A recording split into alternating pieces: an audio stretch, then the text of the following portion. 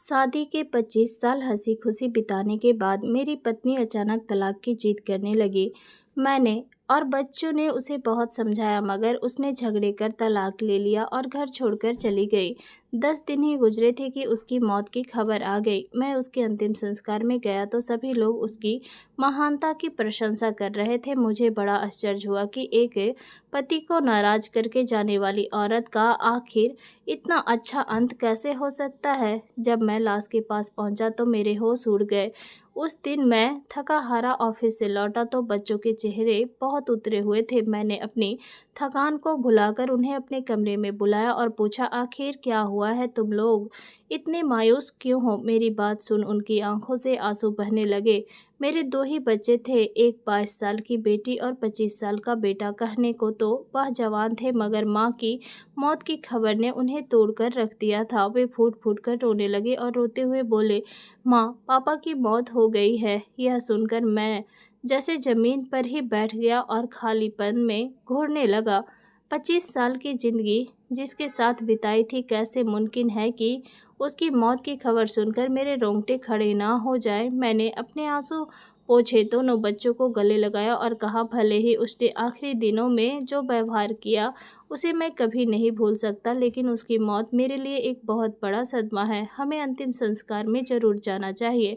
मेरा दिल टूट कर बिखर गया था। मैंने बच्चों के साथ अंतिम संस्कार में शामिल होने की तैयारी की।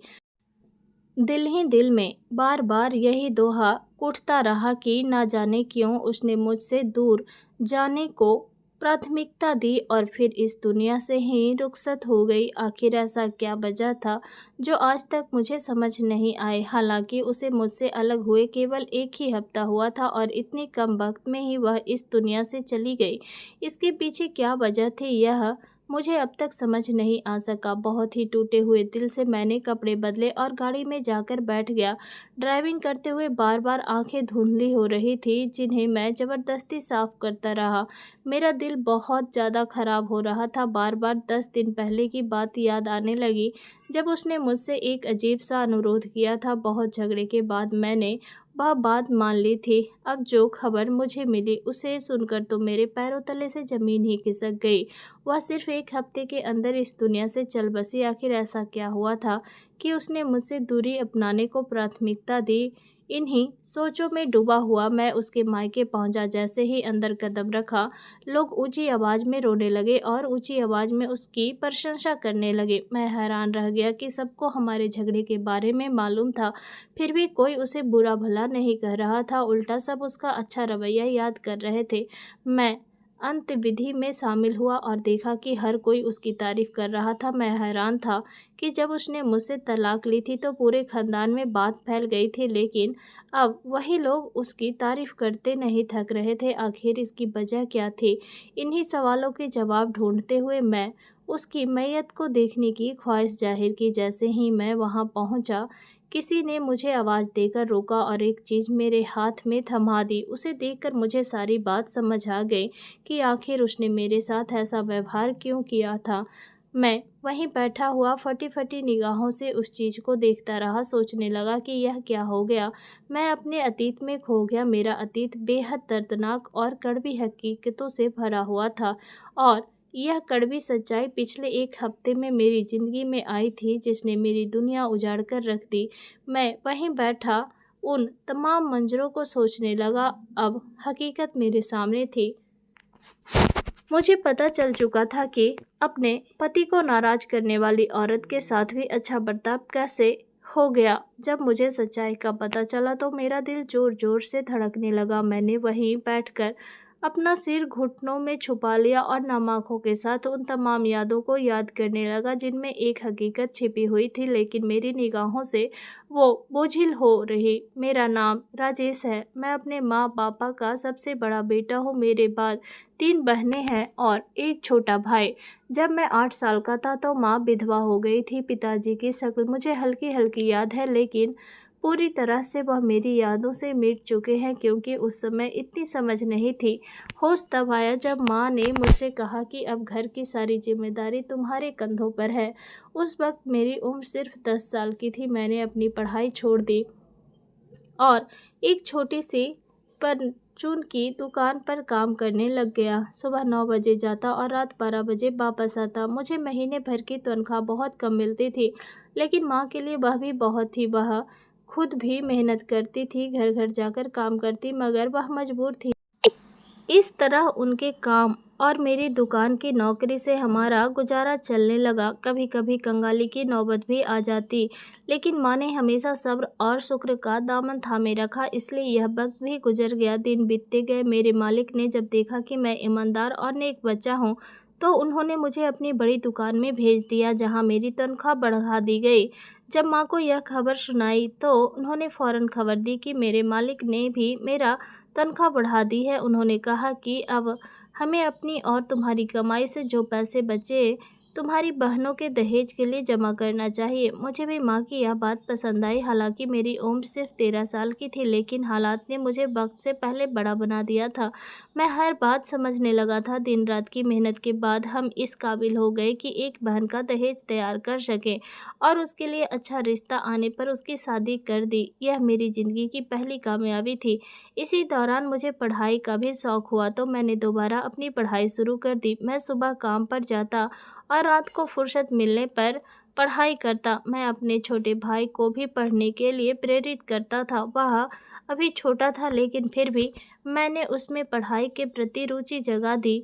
3 साल की लगातार मेहनत और संघर्ष के बाद मैंने मैट्रिक पास कर लिया और कॉलेज में दाखिल ले लिया। यह 3 साल मेरी ज़िंदगी के सबसे कठिन सालों में से थे। फिर मैंने और अधिक मेहनत की और अच्छे नंबरों से पास हो गया। इसके बाद मुझे एक और ऑफिस में नौकरी मिल गई, जहां तनख्वाह पहले से ज़्यादा थी। मैंने फिर से मेहनत शुरू कर दी। इसी दौरान मेरी दूसरी बहन के लिए रिश्ता आया, और मैं इस लायक हो चुका था कि उसकी शादी कर सकूं और उसे उसके घर भेज सकूं। इस तरह दूसरी बहन की भी शादी हो गई। उसके बाद एक दिन माँ ने मुझसे पास बुलाया और कहा, बेटा, जब से तुम्हारे पिताजी की मृत्यु हुई है, तब से तुम मेहनत कर रहे हो।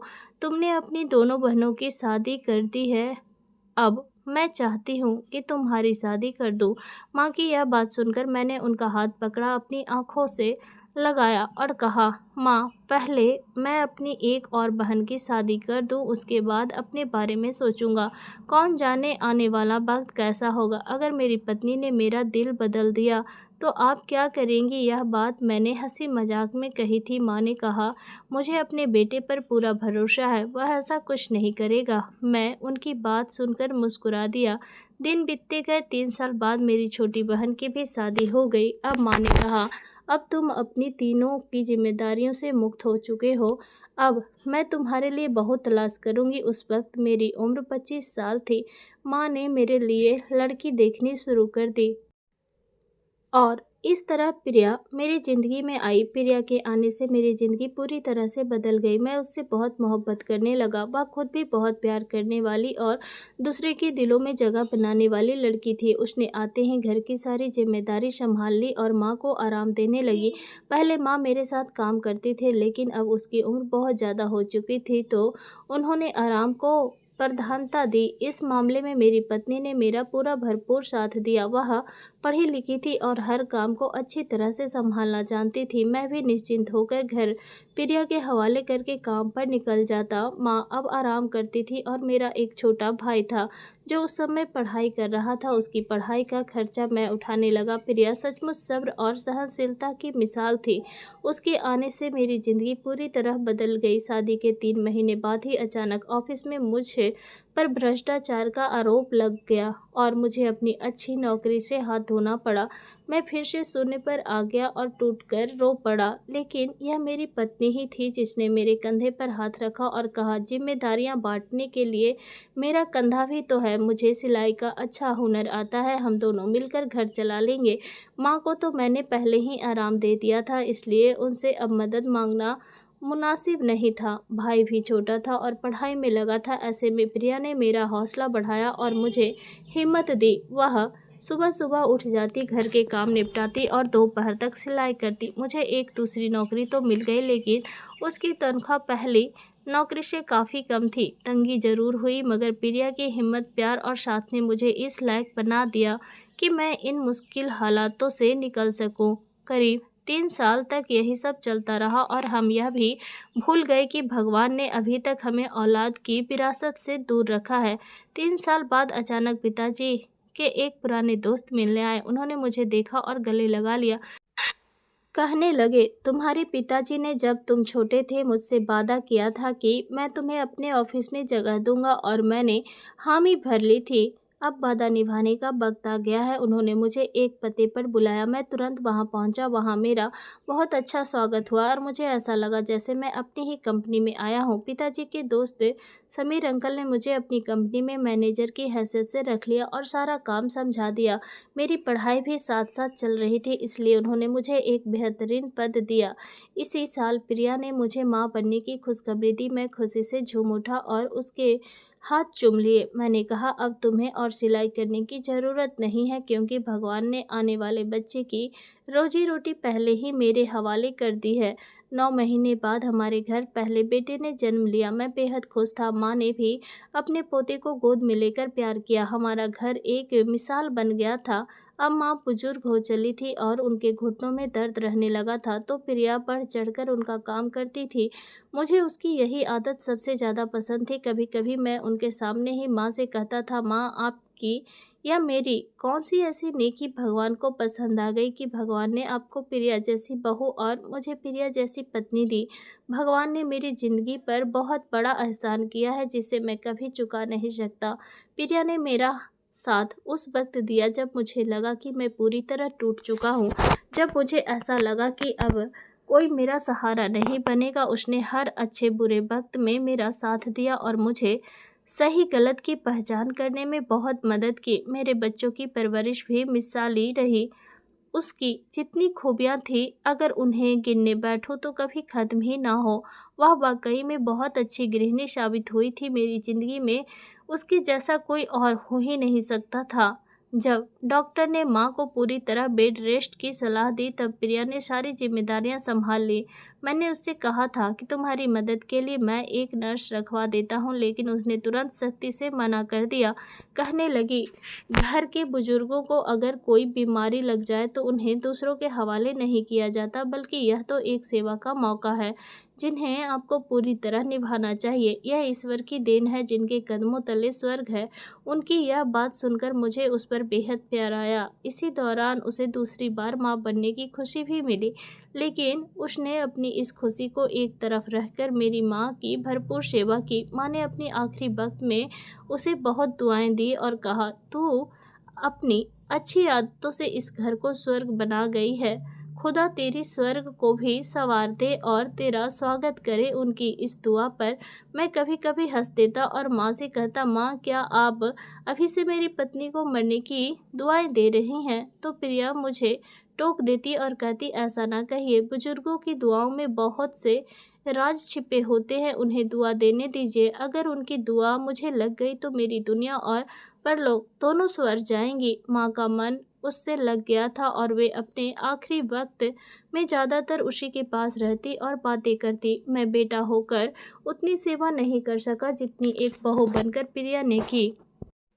और जब माँ की मौत हुई तो सबसे ज़्यादा रोने वाली भी वही थी और सबसे ज़्यादा सदमा भी उसी को हुआ था, क्योंकि माँ की उसी आदत हो गई थी। मेरी माँ के साथ रहने और उनसे बातें करने की आदत थी, लेकिन अब अचानक उनका इस दुनिया से रुखसत हो जाना मेरे लिए बहुत बड़ा सदमा था। घर में बिल्कुल खामोशी और सन्नाटा छा गया। मेरी पत्नी भी काफ़ी हद तक चुप और गंभीर रहने लगी। मैंने उसे दिलासा और तसल्ली दी कि सब कुछ ठीक हो जाएगा। माँ की मौत का उस पर भी गहरा असर हुआ था। इसी दौरान हमारे यहाँ दूसरे बच्चे की पैदाइश हुई, हमारी बेटी। उसके आगमन से उसका ध्यान बट गया और मैंने उसका शुक्रिया अदा किया, वरना वह हर वक्त गुमसुम रहती थी। उसे यूं चुप देखकर मैं खुद भी अंदर ही अंदर शर्मिंदा महसूस करता। बेटी के आने से उसकी ज़िंदगी में व्यस्तता बढ़ गई थी और वह बच्चों की परवरिश में पूरी तरह लग गई थी। दिन गुजरते गए, हमारे बच्चे जवान हो गए और मैं अपनी नौकरी में तरक्की करते हुए एक अच्छे ओहदे तक पहुंच गया। तनख्वाह भी अच्छी खासी हो गई थी। बच्चों को अच्छे स्कूल में पढ़ाया। प्रिया मेरी पत्नी ने हर जिम्मेदारी खुद संभाली और वह मेरे लिए एक बेहतरीन पत्नी साबित हुई। लेकिन कुछ समय से मैं देख रहा था कि शादी के 25 साल पूरे होने के बाद वह अचानक बहुत खामोश रहने लगी थी। हमारी शादी की 25वीं सालगिरह मनाने के कुछ समय बाद वह अक्सर कहीं खोई खोई सी रहती और उसकी आंखों में आंसू तरते दिखाई देते। बच्चों ने भी मुझसे इस बारे में जिक्र किया। एक दिन मैं उसके कमरे में गया और बेहद प्यार और मोहब्बत से उससे पूछा, प्रिया क्या बात है? हमारी ज़िंदगी तो एक दूसरे के साथ बेपनाह जुड़ी हुई है। मेरा तुम्हारे बिना रहना और तुम्हारा मेरे बिना रहना नामुमकिन है। तो फिर अचानक तुम इस कदर उदास और चुपचाप क्यों रहने लगी हो? तुम जानती हो कि घर के हर सदस्य को तुम्हारी कितनी आदत है तुम्हारे बिना रहने का, तो कोई सोच भी नहीं सकता। अब तुम ही बताओ, इस तरह तुम्हारी चुप्पी से क्या होगा? इसका असर पूरे घर पर पड़ेगा, खास तौर पर हमारे बच्चों पर। मेरी बात सुन। कुछ पल वह मुझसे बस देखती रही, फिर सिर झिटक कर मुस्कुराई और बोली, कुछ नहीं, बस यह सोच रही हूँ कि अगर मैं इस घर में ना रही तो घर कैसे चलेगा। उसकी यह बात सुनकर मैं हैरान रह गया और कहीं ना कहीं मुझे सदमा भी पहुंचा कि वह ऐसी बात क्यों कर रही है।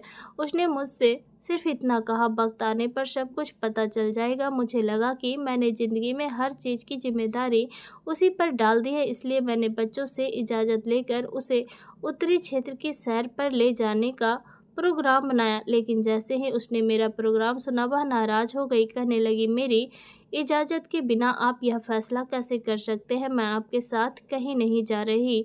साथ ही उसने मुझसे ऐसी मांग कर दी जिसे सुन ना सिर्फ मैं बल्कि मेरे बच्चे भी हैरान रह गए। हम सब उसकी ओर खाली निगाहों से देखने लगे। वह भी हमें देखकर रोने लगी। उसकी मांग ही कुछ ऐसी थी। मैं उसके चेहरे की तरफ देखते हुए हैरान था। मैंने पूछा, क्या तुम जो कह रही हो वो सच है? उसने फिर वही बात दोहराई। कहने लगी, शादी के 25 सालों में मैंने बहुत कुर्बानियाँ दी हैं। अब मैं अपनी एक अलग ज़िंदगी जीना चाहती हूँ। मैंने आपको ज़िंदगी की हर खुशी दी, हर मौके पर आपका साथ दिया। अब बस एक आखिरी ख्वाहिश है, बल्कि समझ लीजिए यह आपके साथ बिताए वक्त का एक तोहफ़ा है जो मैं आपसे लेना चाहती हूँ। मैं आपसे तलाक चाहती हूँ। यह सुनकर मैं वहीं खड़ा रह गया और बैठ सा गया। रुकी हुई अंदाज में उसकी ओर देखा और कहा, प्रिया तुम होश में हो? तुम यह क्या कह रही हो? उसने अपने आंसू पोंछे और कहा, मैं बिल्कुल होश में हूँ। मैं अब आप लोगों के पास रहकर अपनी ज़िंदगी और बर्बाद नहीं कर सकती। क्या ज़िंदगी की खुशियों पर मेरा कोई हक नहीं है? मैंने अपनी सारी ज़िंदगी पहले आपके लिए, फिर आपकी माँ के लिए और फिर बच्चों के लिए कुर्बान कर दी। मेरा खुद का कोई वजूद नहीं बचा। अब मैं अपने लिए जीना चाहती हूँ और इसके लिए ज़रूरी है कि मैं आप सबसे अलग हो जाऊँ। मैंने आगे बढ़कर उसे गले लगाना चाहा और कहा, तुम्हारी तबीयत ठीक नहीं है, मैं तुम्हें दवा दिला देता हूँ। अगर तुम डिप्रेशन में हो तो मैं पूरी तरह से तुम्हारी मदद करूँगा, लेकिन खुद को मुझसे यूँ अलग मत करो। बच्चे अब जवान हो गए हैं। बच्चों को हर वक्त माँ बाप की ज़रूरत होती है। तुमने ऐसा सोच भी कैसे लिया? उसने खुद को मुझसे अलग किया और कहा, जब मैंने अपनी पूरी ज़िंदगी आप लोगों के लिए कुर्बान की तब सब ठीक था। अब जब मैं अपने लिए कुछ मांग रही हूँ तो आप लोगों को बुरा लग रहा है। क्या मेरी कुर्बानियों का यही सिला मिला है? 3 दिनों तक वह मुझसे बार बार यही मांग करती रही और मैं उन 3 दिनों में खुद को जैसे अंगारों पर चलता हुआ महसूस कर रहा था। मुझे समझ नहीं आ रहा था कि वह ऐसा क्यों चाह रही है। उसे वजह पूछता तो वह कहती, वजह मेरे और भगवान के दरमियाँ है। मैं यहाँ रहना ही नहीं चाहती, तो फिर आप लोग मुझे मजबूर क्यों कर रहे हैं? मैंने उसे दुनिया के डर दिखाए समाज की बातों का हवाला दिया। मैंने कहा, सोचो लोग क्या कहेंगे? शादी के 25 साल बाद तलाक की क्या वजह हो सकती है? लोग तुम्हारे किरदार पर उंगली उठाएंगे। अगर तुम्हें मुझसे कोई शिकायत है तो मुझसे कहो, मैं उसे दूर कर दूंगा, लेकिन इस तरह मुझसे अलग मत हो। उसकी इन बातों को सुनकर मेरा दिमाग सुन्न हो गया। अगर मैं उस वक्त गौर करता तो समझ जाता कि वह पहले से कहीं ज़्यादा कमज़ोर हो चुकी थी। उसकी आंखों के नीचे गहरे काले घेरे बन चुके थे। वह हर वक्त सर पर दुपट्टा ओढ़े रहती और न जाने क्यों दिन पर दिन दुबली होती जा रही थी। अगर मैं उसके कहे शब्दों से हटकर उसके हालात पर ध्यान देता तो शायद अंदाज़ा हो जाता। मेरे बच्चों ने भी मेरा ध्यान इस ओर दिलाया था, लेकिन मैं तो बस उसके रोकने की कोशिश करता रहा। मैंने उसे रोकने के लिए हर मुमकिन कोशिश की, यहाँ तक कि उसके कदमों में गिर गया, लेकिन उसने यह कहकर मुझे पीछे हटा दिया। यह मेरी ज़िंदगी है और मैं ही इसका फ़ैसला करूँगी। अब मैं किसी की भावनात्मक ब्लैकमेलिंग में नहीं आऊँगी। मैं वही करूँगी जो मेरा दिल चाहता है। आपके पास सिर्फ़ 2 घंटे हैं। अगर इन 2 घंटों में आपने मुझे तलाक नहीं दी, तो मैं अदालत से खोला से ले लूँगी। उसकी यह बात सुन मुझे ऐसा लगा जैसे किसी ने मेरी रूह छीन ली हो। मैंने तुरंत ही उसे तलाक दे दी। वह चुपचाप अपना सामान बाँध कर चली गई। मैं बस उसे जाते हुए देखता रहा और कुछ भी नहीं कर सका। बस हाथ मलता रह गया। बच्चे मुझसे लिपटकर खूब रोए, कहने लगे, पापा आपने यह क्या कर दिया? माँ को खुद से जुदा क्यों किया?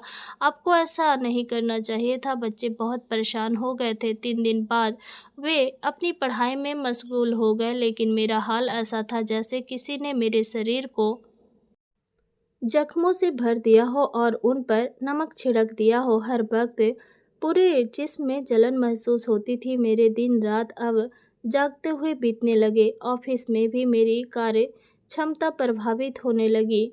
वैसे भी मेरी सेवानिवृत्त में सिर्फ 3 महीने ही बचे थे। मैं नहीं चाहता था कि आखिरी समय में कुछ ऐसा हो जाए जिससे मेरी रिटायरमेंट और पेंशन पर कोई असर पड़े। घर में अजीब सी वीरानी छाई थी। रौनक खत्म हो गई थी। प्रिया के जाने के साथ जैसे सब कुछ खत्म हो गया था। मैं उसके पीछे नहीं गया और इस इंतजार में था कि शायद कभी वह अपने फैसले पर पछताए, लेकिन मुझे क्या पता था कि पछताना तो मुझे पड़ेगा। पूरा 1 हफ्ता बीत गया। एक दिन जब मैं थका हारा ऑफिस से घर आया तो मुझे बच्चे से लिपटकर रोने लगे, कहने लगे, पापा माँ की मौत हो गई। यह खबर सुनते ही मेरी सांसें जैसे थमने लगी। मैं तुरंत अंतिम संस्कार की तरफ दौड़ पड़ा। बच्चे भी मेरे साथ थे। जब वहाँ पहुँचा तो लोग उसकी खूब तारीफ कर रहे थे। भगवान के नाम का जप चल रहा था। मुझे यह सब सुनकर शक हुआ, यह कैसे हो सकता है? मैं उससे बहुत मोहब्बत करता था। उसकी जुदाई का मुझे बेहद अफ़सोस था। ऐसा लग रहा था जैसे किसी ने मेरे दिल के हज़ारों टुकड़े कर दिए हों। लेकिन मेरे मन में यह बात भी थी कि एक पति की अवहेलना करने वाली औरत की लोग इतनी तारीफ़ कैसे कर रहे हैं। अचानक मैंने प्रिया को आखिरी बार देखने के लिए कदम बढ़ाए। तभी वहाँ मौजूद उसकी भाभी ने मेरे हाथ में एक कागज़ दिया। मेरी नज़र प्रिया के चेहरे पर पड़ी। वह पूरी तरह प्रकाश से चमक रहा था। उसका चेहरा बहुत ही रोशन और शांत लग रहा था। यह देख मेरा दिल एकदम सुकून से भर गया। जैसे ही मैंने वह कागज़ खोला और पढ़ना शुरू किया, उसमें लिखा था, मेरे प्यारे पति, ज़िंदगी की एक कड़वी हकीकत का मुझे आज ही पता चला है। यह हकीकत इतनी दर्दनाक है कि चाहकर भी उसे झुठला नहीं सकती। डॉक्टर ने मुझे एक ऐसी बीमारी के बारे में बताया है जो एक वायरस की तरह फैलती है और इंसानी जिस्म को बुरी तरह प्रभावित करती है। यह बीमारी हर 100 में से किसी एक को होती है और जिससे होती है उसका पूरा घर भी इसकी चपेट में आ सकता है, यहाँ तक कि मौत भी हो सकती है। जब मुझे इस बीमारी का पता चला तभी मैंने जानबूझकर तुमसे लड़ाई झगड़ा करना शुरू कर दिया ताकि मैं खुद को तुमसे अलग कर सकूं। तुम्हारी और बच्चों की ज़िंदगी मुझे बहुत प्रिय थी। मैंने तुमसे कभी नफ़रत नहीं की और ना ही मेरी ज़िंदगी में ऐसा कोई दूसरा मर्द था जिसके लिए मैं तुम्हें छोड़, बस यह बीमारी ही थी जिसने मुझे जुदा कर दिया। डॉक्टर ने बताया कि जैसे-जैसे वक्त गुजरेगा यह बीमारी फैलती जाएगी। 1 महीना बीतते ही घर के बाकी लोग भी इसकी चपेट में आ सकते हैं। इस बीमारी का अब तक दुनिया में कोई इलाज नहीं है। इसमें सबसे पहले इंसान की त्वचा झड़ने लगती है, फिर उसकी मांस सड़ने लगती है और उसमें कीड़े पड़ जाते हैं। यह संक्रमण दूसरों तक भी फैल सकता है। इसी वजह से मैंने तुमसे तलाक लेकर एक वीरान जंगल में एक झोपड़ी में रहना शुरू कर दिया। वहीं मेरी मौत हो गई। मुझे पूरा यकीन है कि मेरी मौत के बाद यह खत तुम्हें मिलेगा। मुझे माफ़ कर देना। जितनी भी तकलीफ़ें मैंने तुम्हें दी उसका मुझे बहुत अफ़सोस है। नहीं मालूम यह तकलीफ़ तुम्हें कब तक महसूस होती रहेगी, लेकिन मेरी दिल से दुआ है कि भगवान इसका समय कम करे और मैं जल्द इस दुनिया से रुखसत हो जाऊँ। तुमसे दूर हूँ आज तीसरा दिन है और मैं यह खत लिख रही हूँ, उम्मीद है यह तुम्हें मिल जाएगा और तुम मुझे माफ़ कर दोगे। यह खत पढ़ते ही मैं ज़ोर-ज़ोर से रोने लगा। मेरी आवाज़ सुन सारे लोग इकट्ठा हो गए और जब उन्होंने देखा कि मैं अपनी पत्नी की मैयत पर सिर रखकर रो रहा हूँ, तो उन्हें हमारी किस्मत पर अफ़सोस किया। जब मैंने अपने बच्चों को यह बात बताई, तो वो भी रोने लगे। वे कहने लगे, माँ ने हम सबकी ज़िंदगी बचाने के लिए खुद को हमसे जुदा कर लिया, अपनी सेवा का हमें मौका तक नहीं दिया और एक बार फिर हमारे लिए अपनी जान कुर्बान कर दी। काश वो हमें बता देती तो हम उनका इलाज करवा सकते। हम ही बेखबर थे, जो उनकी हालत देखकर अंदाज़ा नहीं लगा सके कि वो किस दर्द से गुजर रही थी। तब मुझे समझ आया कि मेरी पत्नी जो मुझसे नाराज़ करके गई थी, असल में उसने तो मेरी और हमारे बच्चों की ज़िंदगी पर बहुत बड़ा एहसान किया। इसी एहसान की बदौलत भगवान ने उसका नाम मोहब्बत से याद किए जाने वालों में शामिल कर दिया। अब मैं रोज़ उसकी कब्र पर जाता हूँ, ताज़े फूल रखता हूँ, उससे ढेरों बातें करता हूँ और कहता हूँ, भले ही वह इस दुनिया से जा चुकी है, लेकिन मैं स्वर्ग में उसका इंतज़ार करूँगा। हम दोनों स्वर्ग के साथी बनेंगे। दुनिया में 25 साल साथ गुजारने के बाद उससे जुदा होने का ख्याल भी मेरी रूह को बेचैन कर देता है। अब मैं मौत का इंतज़ार कर रहा हूँ। ज़िंदगी की सारी ज़िम्मेदारियाँ निभा चुका हूँ। अब सिर्फ़ अपनी पत्नी के पास जाने का इंतज़ार है। उस पति के पास जिसने हमारे लिए अपनी जान कुर्बान कर दी और हमें कभी एहसास तक नहीं होने दिया।